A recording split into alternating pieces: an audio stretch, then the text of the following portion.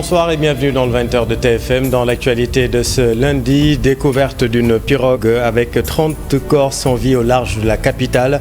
L'embarcation est partie de Mbour au début du mois d'août dernier. Les derniers développements dès le début de cette édition. Eux ont été stoppés net par la gendarmerie nationale. 44 candidats à l'immigration interpellés dans une maison où ils s'étaient donné rendez-vous.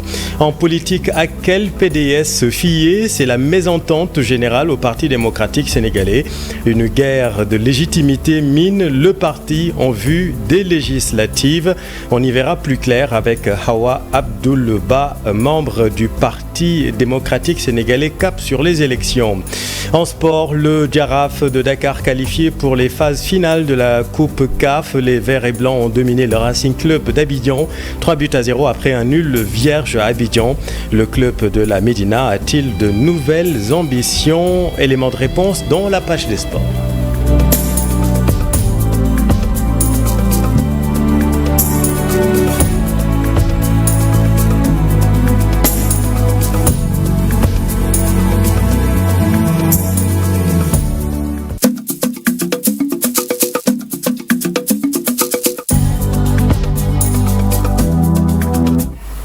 L'embarcation avait quitté Mbour le 13 août dernier, 40 jours après. Elle a été retrouvée au large de Dakar avec à son bord 30 corps sans vie. Les familles des disparus sont désemparées et vous allez le voir, inconsolables. Daimati Dieng. La pirogue retrouvée au large de Dakar est la même que celle partie de Mbour et qui est portée disparue depuis le 13 août. Plusieurs sources l'ont confirmé. L'embarcation est découverte par de jeunes pêcheurs de Yoff à 48 km au large de Dakar. La direction de l'information et des relations publiques de l'armée sénégalaise, DIRPA, dans un communiqué ce matin, a annoncé que 30 corps sans vie en état de décomposition très avancée s'y trouvaient.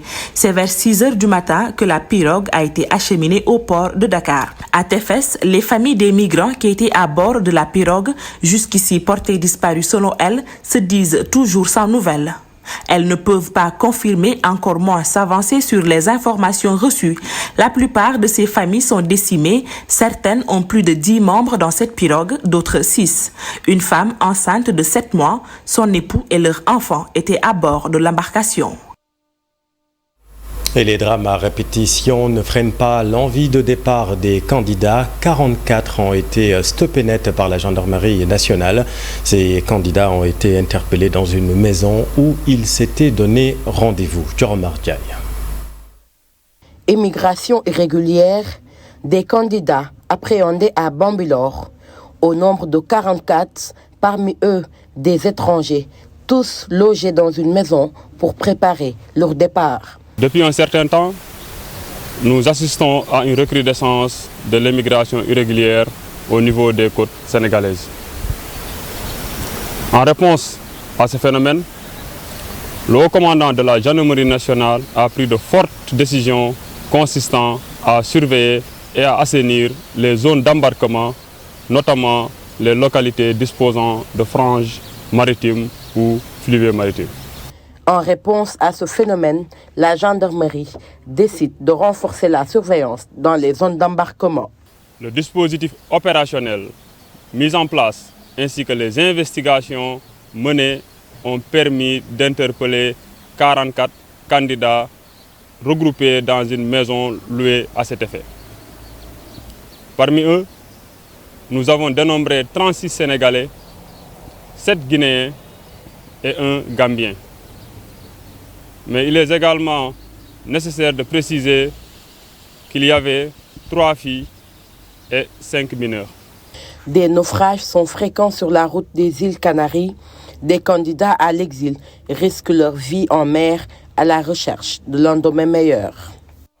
Merci Thioro. Dans l'actualité politique, à quel PDS se fier? C'est la mésentente générale au Parti démocratique sénégalais. Une guerre de légitimité mine le parti en vue des législatives.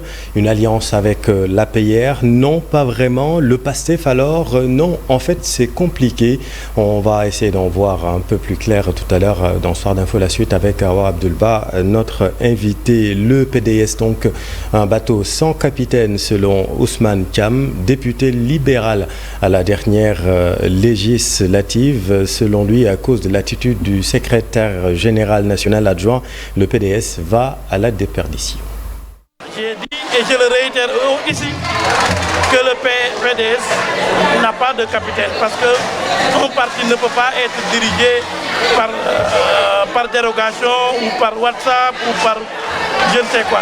Pour être politicien, il faut être sur le terrain, il faut savoir se battre sur le terrain, il faut être présent. Et je regrette qu'aujourd'hui, le PDS que nous avons aimé, le PDS qui nous a vu naître, le PDS avec qui on a cheminé, le PDS qui a fait de nous un député, n'a pas en ce moment un capitaine. Et c'est la raison pour laquelle la déperdition du PDS est inévitable. Aujourd'hui, c'est sûr qu'avec le PDS, de guerre lasse, c'est la fin du compagnonnage. Parce que aussi, nous avons des objectifs, nous sommes des politiciens, nous sommes des jeunes et nous sommes animés d'un devenir meilleur pour notre communauté d'abord, pour le département et pour la commune de Kébémer. Et je pense que pour cela, il va falloir être au niveau des instances de décision et qu'avec le PDS, ce n'est pas sûr d'être dans ces instances de décision. Nous allons participer à l'élection législative avec la coalition And Bessel Sénégal, ABS, qui sera présidée par le président Abdoulaye Sylla. Le PDS cap sur les élections qui a tenu sa conférence de presse cet après-midi, conférence dont étaient présents plusieurs cadres du parti, des figures historiques du parti comme Doudou Wade, Woré Sarr ou encore Djibril Wade et Tafsir Choy. On va en parler tout à l'heure. L'intersyndicale des transporteurs sera également de la partie. Alassane Ndoye et ses camarades ont décidé de participer au scrutin législatif du 17 novembre. Le voici avec notre équipe à Rufisque. Quelqu'un avait dit en 2003 tolérance zéro, il est parti. Quelqu'un d'autre est venu dire tolérance zéro. Il est encore parti, c'était un ministre de ce premier président-là, de ce président Macky Sall. Donc aujourd'hui, si on entend dire des gens qui ont compté, on les entend dire tolérance zéro, on s'étonne parce que tolérance zéro, d'abord il faudrait que l'État joue son rôle. Avant, la tolérance zéro s'applique aussi à l'État. Et dès lors que ça s'applique à l'État, l'État doit finir de jouer son rôle. Or, l'État reconnaît la gouvernance faible des transporteurs. Donc, doucement, allons doucement, posons, débattons avant de parler de tolérance zéro pour utiliser des verbiages inutiles. Donc, nous demandons à l'État de nous assister dans ce métier que nous faisons. À un moment donné, on a entendu dire, quand ils étaient à l'opposition, que les accidents c'était dû à l'État. C'était la faute de l'État. Aujourd'hui, ils ne reconnaissent plus que c'est la faute de l'État. Pourquoi ? Et il y a erreur dans le concept, dans la conception des choses, il y a erreur dans l'interprétation des choses, il y a erreur dans le vécu. C'est des erreurs qu'il faut corriger dans les textes de loi. Nous devons être à l'Assemblée. Nous devons être à l'Assemblée pour corriger ces erreurs parce que nous les connaissons mieux, beaucoup mieux, ces gens. L'Alliance pour la République se prépare également à Saint-Louis. Toutes les 5 communes du département ont répondu à Mansour Faye, selon le maire de la ville. Seule la majorité de l'opposition peut sauver le pays. Le voici avec notre équipe dans la vieille ville. Ils dormaient. Ils ont été un petit peu, je peux dire, hypnotisés par des mensonges, par la manipulation. Mais aujourd'hui, ils semblent éveillés et réveillés. Et cela, inéluctablement, va donner le pouvoir à l'opposition pour que cette dictature rampante puisse être arrêtée de plein fouet. Parce que la situation à laquelle nous assistons aujourd'hui, c'est un Sénégal qui est en train de dériver vers la dictature et cela, les Sénégalais ne l'accepteront pas du tout. Et le premier message fort, c'est l'issue de ces élections législatives et je suis fort persuadé que la population sénégalaise donnera la victoire donc, à cette opposition, surtout celle regroupée autour de l'Alliance pour la République, puisque l'Alliance pour la République a géré ces pays pendant 12 ans derrière son président Macky Sall. Toute autre chose, Université Alioune Diop de Bambey, les enseignants rappellent au ministre de l'Enseignement supérieur ses promesses. Aucune des promesses du docteur Abdourahmane Diouf n'a connu un début d'exécution, constate le docteur Latsou et ses collègues. Si rien n'est fait, il serait dans l'incapacité d'accueillir de nouveaux bacheliers. Le voici avec Babacar Diouf et Ndongo Ndiaye. Les engagements du ministre de l'Enseignement supérieur n'ont pas été respectés. C'est la même conclusion à laquelle ont abouti les enseignants du supérieur section Université Alioune Diop au terme de leur visite de chantier. Dr Latsou et ses collègues attendaient le nouveau ministre de l'Enseignement supérieur sur ses promesses. Mais hélas. Que lors de sa visite du 30 avril 2024, le ministre de l'Enseignement supérieur, Dr Abdourahmane Diouf, avait pris un engagement ferme de terminer les chantiers en cours et d'entamer la construction de nouvelles amphis. Cela vise à accompagner l'orientation des bacheliers, des nouveaux bacheliers, en octobre et à normaliser les années. Au moment de notre échange, aucune de ces promesses n'a été tenue. Un autre point qui fâche les enseignants de l'Université Alioune Diop, c'est le déficit budgétaire. Le déficit budgétaire est un autre défi auquel l'UAD est confronté, ce qui entraîne un retard dans le paiement des salaires et entrave son bon fonctionnement. Par conséquent, ils ne sont pas dans les dispositions d'accueillir les nouveaux bacheliers à la rentrée. Par conséquent, l'UAD ne peut pas accueillir de nouveaux bacheliers en octobre en raison du manque d'infrastructures suffisantes pour absorber cette affluence d'étudiants. Les enseignants affiliés au SAES dénoncent aussi le sabotage du ministère qui leur a envoyé des tables sans les bancs.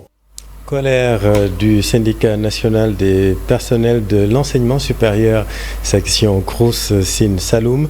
Ses membres dénoncent leurs dures conditions de travail. Tidiane Sissoko est leur porte-parole avec Ousmane Dem.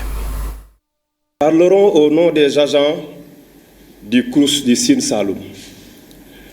Nous nous battrons corps et âme pour que ces agents puissent regagner leur dignité, puissent retrouver leur considération. Et si j'utilise ces termes, tout le monde saura que les années passées, les agents du Centre régional des œuvres universitaires du Sine Saloum croupissent dans ce dit centre avec beaucoup de difficultés. Nous allons en citer quelques, notamment les allocations familiales n'ont pas été versées pour certains agents, pour des agents, chose qui est anormale, parce que tout travailleur doit penser d'abord à la retraite. Ainsi de suite, ainsi de suite. On ne peut pas citer. Il y a beaucoup de problèmes, il y a beaucoup de mots qui gangrènent. Et nous, SYNAPES, nous nous engageons à nous mettre devant pour défendre dignement et fidèlement nos camarades et nos collègues agents du Crous Sine Saloum.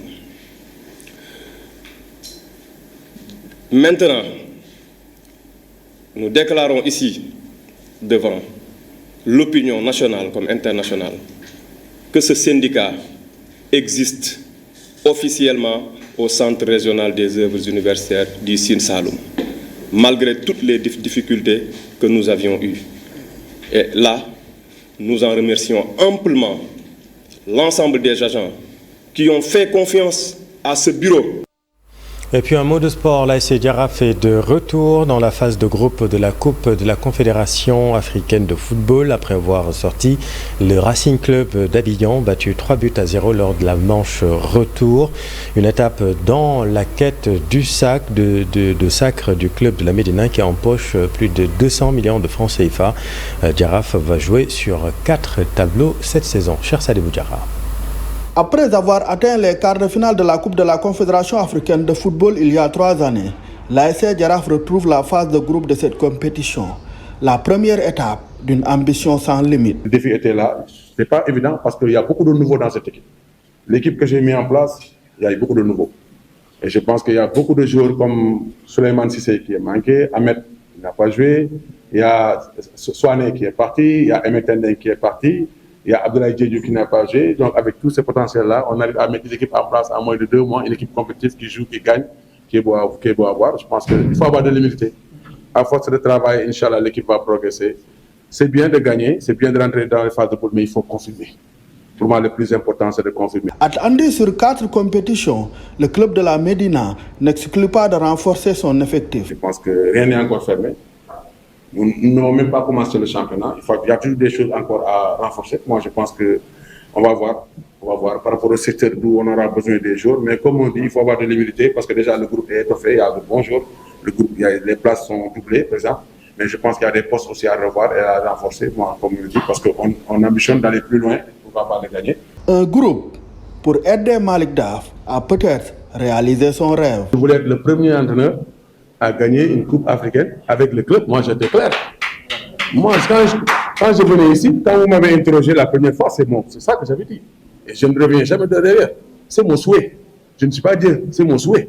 Parce que tout entraîneur veut gagner. Mais il faut travailler. Il faut travailler sur le terrain. On est dans la bonne voie. Il faut avoir de l'humilité. Dès à présent, apporter les correctifs, revoir les matchs et corriger pour essayer d'aller vers l'avant. En tout cas, c'est jouable parce que maintenant, on est dans les phases de poule. Il y a du temps. On va continuer à travailler, apporter les correctifs le plus rapidement possible. En attendant de remporter la Coupe de la Confédération africaine de football et le pactole qui l'accompagne, l'ASC Jaraaf va toucher environ 235 millions de francs CFA en atteignant cette phase. Merci cher, c'est la fin de cette édition. Dans un instant, Soir d'info, la suite avec Madame Hawa Abdulba. À tout de suite.